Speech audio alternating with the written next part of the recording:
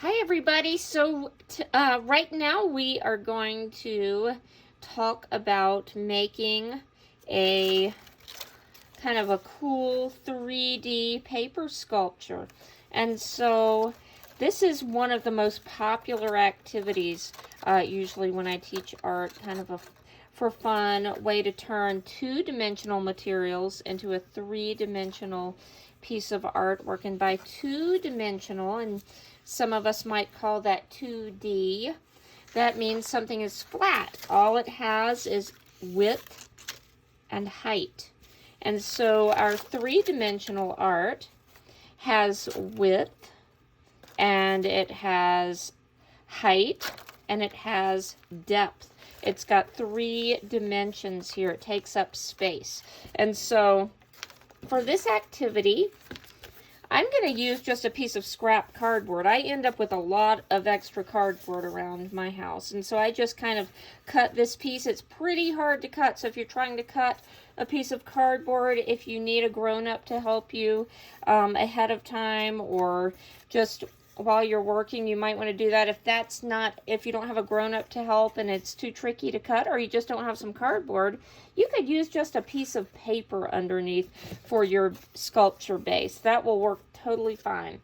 And another thing you can do is, if you have an old drawing, some of you might even remember this drawing. If you have something that you don't need anymore, you could flip it over and use the back, or you could even use it just like this to cut your strips from.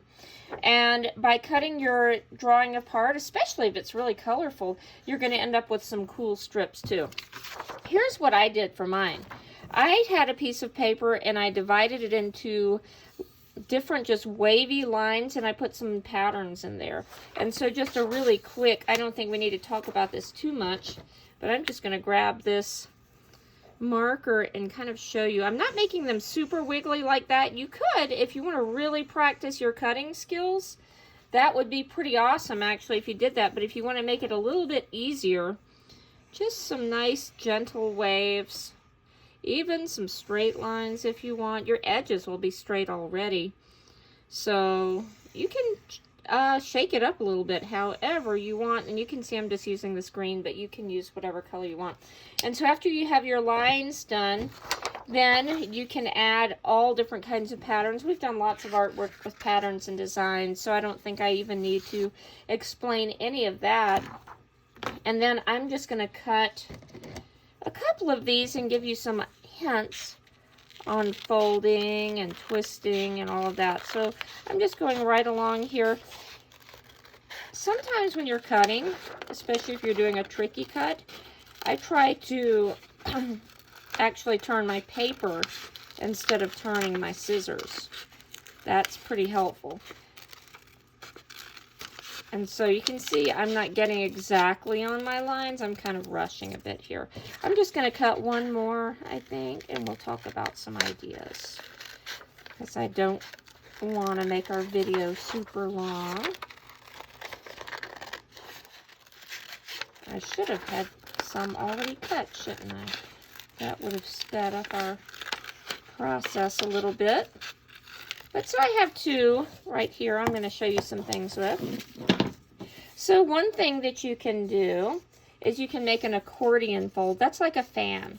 So if I go fold back and forth like this, and I'm just pinching, and if you've ever made a paper fan, you'll know exactly what I'm talking about. And that will create kind of a zigzag line. So that's pretty fun. And then on your base, you could glue that on. I could even fold part of it and then do it like that. That makes kind of a sliding board look, doesn't it?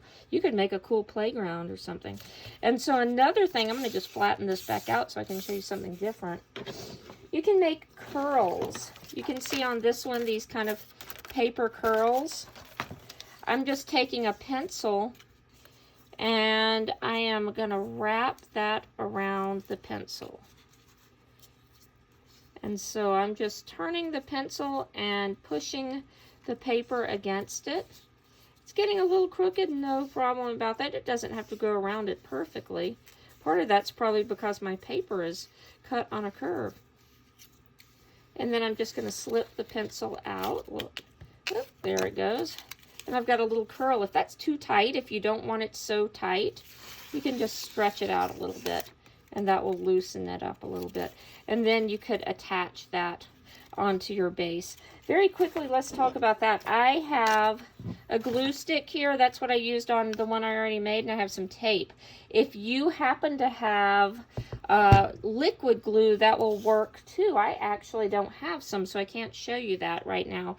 But with the glue stick, it works either way. If you want to put your glue directly on your base. Now, normally we put the glue on the piece, not the paper that we're gluing to, but if it's tricky to put it on there, and then I'm going to wiggle that down a little bit. So that will work.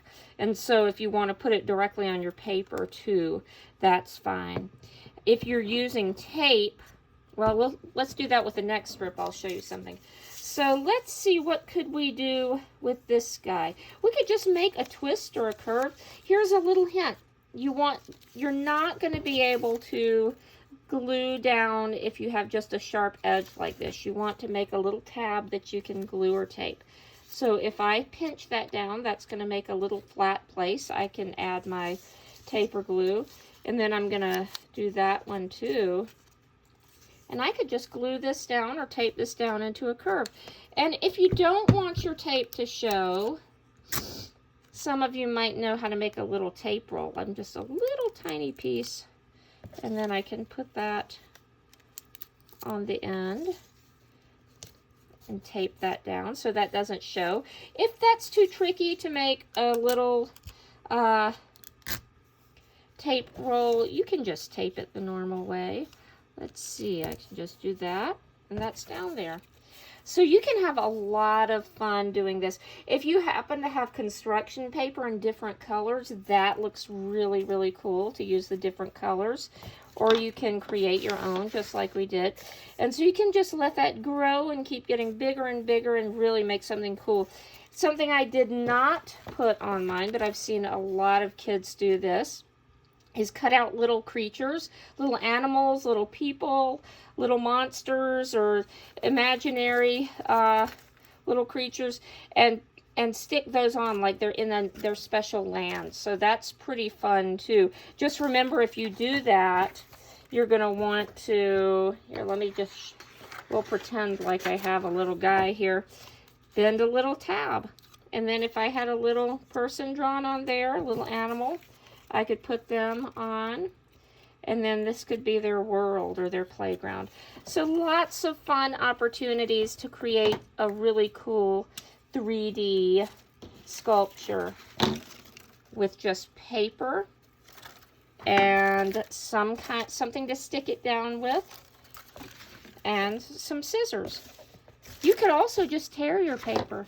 Let's pretend, very quick, I know our video is getting long.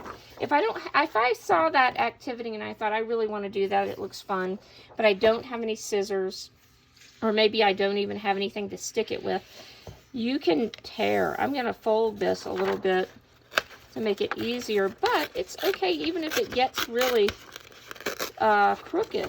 I can just even try to make it a little bit more crooked, and if it comes apart, no worries. That's just going to give a fuzzy edge. And then you could make some bends and twists. And then you could do it more like just for fun, and just see if you can challenge yourself to make your pieces stand up without any type of glue or tape or anything, and see if you can create something cool. And then it can come apart and you can keep trying. Lots of choices. All right, I am excited to see your fun creations.